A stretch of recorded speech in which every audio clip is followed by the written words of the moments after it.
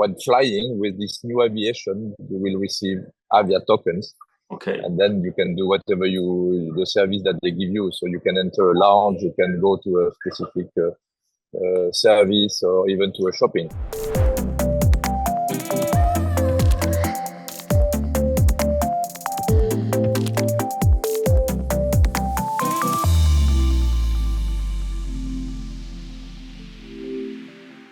Welcome, guys, the new episode of the Libertum podcast. I'm here with a legend itself, CEO of Kepler Digitals.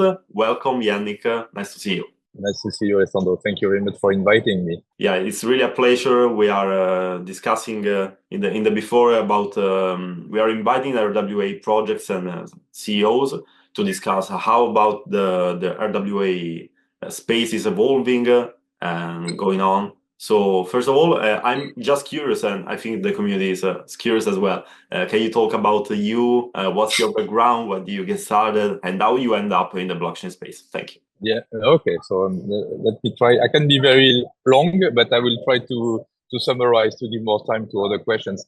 So actually, I am a pure aviation lover, and as such, I all my career I made it in aviation.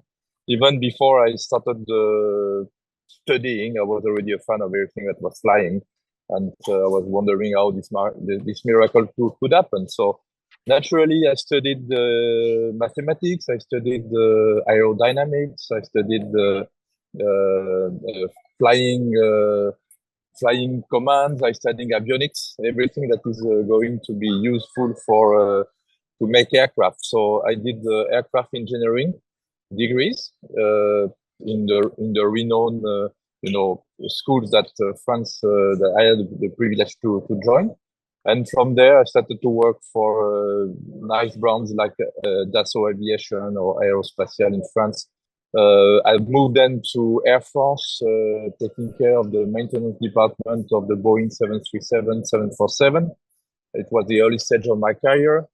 Then Air France gave me the opportunity to operate airlines at airports. Yeah. So I became an airport operator as such. And from there, I moved 28 years ago to Amadeus, to the IT side of it, because it's not a surprise, but actually airlines by nature, from the very beginning, they need IT to be able to coordinate their whole fleet, to be able to coordinate the maintenance of the aircraft and to take care of the passengers. So I moved to Amadeus, and in Amadeus I had pretty much the opportunity to go to the span of the role they offer. And in 2008 and 2010, I created a diversification of Amadeus. Amadeus is a big company, so it's a capex 35 billion euros. The revenues is 5 billion euros per year. But at the end, they needed to continue diversification to grow their revenues. And basically, I was an entrepreneur taking care of a new adventure, which was airport IT. So therefore, it was a natural step from airport operation that I was mentioning before, in trying to find IT solutions to what I was observing when I was going to the airport, and I was missing myself doing this type of job. So I've been starting from this from a white page, and when I left Amadeus in July, we were triple-digit million euros per year, 1,500 people. So I was very happy to have been able to contribute to all these jobs and this revenue for my company. But at some point retirement comes, and this was my turn, and so I got retired. But since I'm very active, I decided to create a startup. Why in blockchain? Is because over the past 3 years, I was advisor to my son's startup named Galileo Protocol. Leox. So, is it Leox? Galileo Protocol. Yeah, Leox is the token. Yeah, I know them. So, I know them. Yeah, you know them. So yes, these are our RWA as well. but I could appreciate everything that blockchain could do. And I was not aware so much in the classical travel tech, because Amadeus is classical travel tech, with servers in the cloud and everything. But actually, it was an eye-opener for me to see everything we could do. And it made me dream about all the use cases that we can do for aviation, which I can elaborate on. And actually, the gaps of functions that classical tech cannot do, actually blockchain can do. Yeah. So this is how I came into that. So we created with my son, Pierre, this new startup named Kepler Digitals, focusing on aviation. That's amazing. That's clear. And I was always fascinated by aviation in general. I always listen to podcasts also. I don't know if you know Luca Parmitano. He's the astronaut that goes the first one in the International Space Ship. Okay.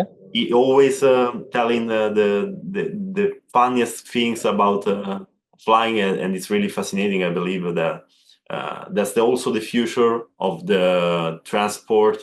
They are really introducing so much systems, and blockchain, as you said, is really important in every step, I believe. And even more important now, because I can describe there is an articulation of previous aviation to the new aviation which is coming, and we have to use blockchain. We have to make these things working, what we call the PNFTs in the aviation world. So if you want, I can elaborate why, but this is definitely a big helper to aviation. So I'm a strong believer in like it. A physical NFT, yeah, right? So it's tied to a real object. A real object, real processors, real loyalties, real backtracking. Only the sky is the limit. Just, yeah, in this case. And another question I have is about how do you think that your life, your background, you work with really a giant in the industry, as you said, and how it works when it comes to a startup, how this experience can help you managing this new startup? Well, so the first thing about startup, you are under the control of you have the control of your own destiny. So this is you don't have all these excom, the weight of the executive committee, which is demanding for some growth or some whatever return investment. So basically, you decide. And so for me, startup it's a matter of passion. I was lucky in the past to be an entrepreneur. So basically, they gave me a white check, if I can say so, to do the investigation I was mentioning about. So it's a little bit the same thing now, except that I don't have if you want, the money of the big giant Amadeus. So startup is completely different, because you need to fund it yourself, or make things like the ICO to help the funding. Yeah, sure. That we did. Yeah. So this is different thing in terms of challenges to get the funds.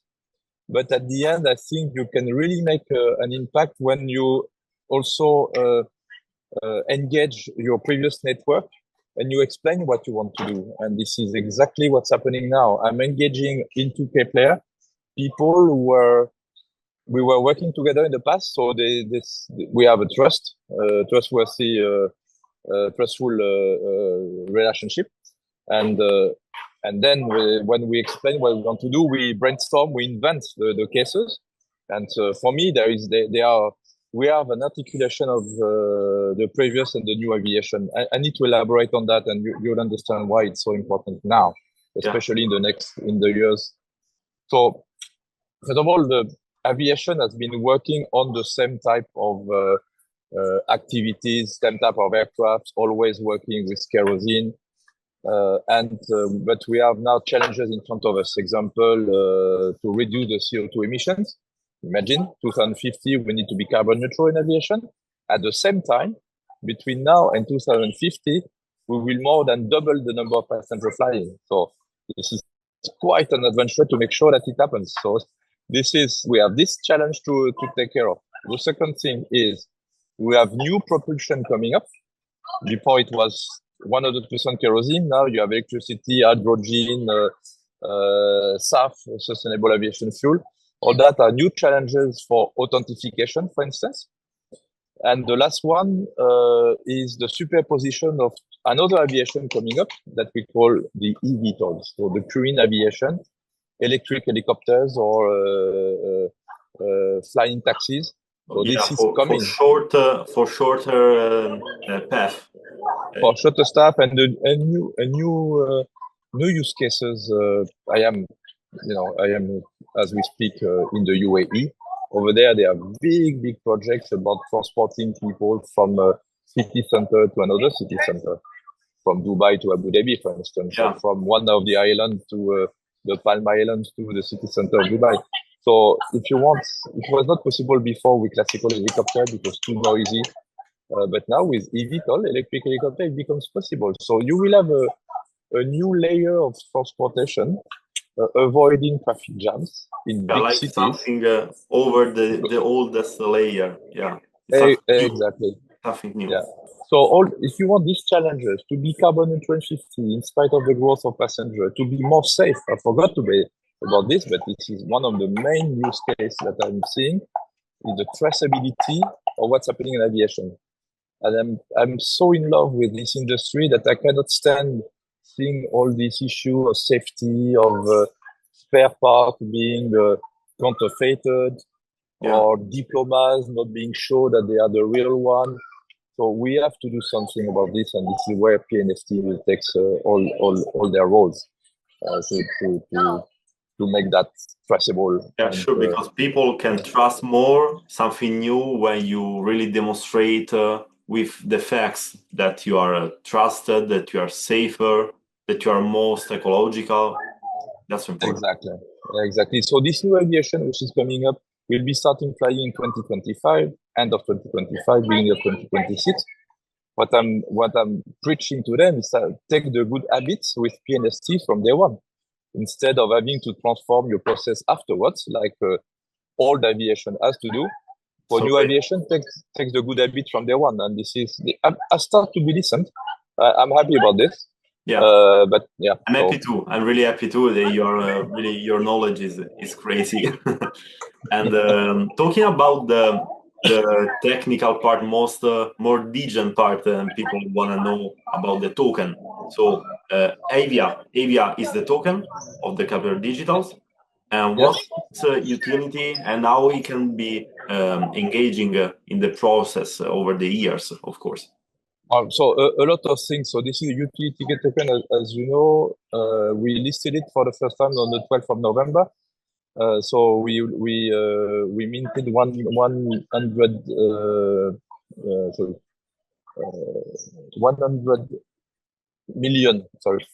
100 million token.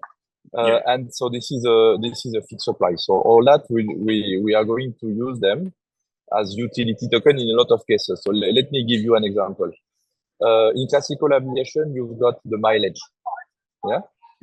So you've got the mileage, and when you fly, you get some points that you can deem, and then after you can even exchange against another service or another good. So this is the kind of utility that you can completely tokenize and make it Avia reward versus classical Sky mileage reward. So this is one example. The other one, what I want is to make sure that we have a community depending on the token they have, that can have their voice. So we do this type of activities as a utility token. We have all types of traceability that can be managed with this. So this is the type of utility that we are going to do with that token. But the best example is the mileage, which is because everybody sees that in the day-to-day. So when flying with this new aviation, you will receive Avia tokens. Okay. And then you can do whatever the service that they give you. So you can enter a lounge, you can go to a specific service, or even to a shopping. So you accumulate points like a loyalty service. So for people that travels a lot, and can it be used? That's my personal curiosity. Can be used also for pilots that makes this as a living, or not?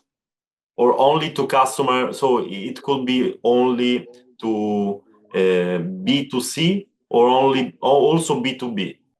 It can be B2B. Okay. It's something that we still need to develop, to be honest, but it can be B2B. You can have, when you have an aeronautical ecosystem, actually you have partners all around, and partners who would be relying on the usage of Avia, basically would be part of the B2B. Like, example, the Avias could be used by third party other than Kepler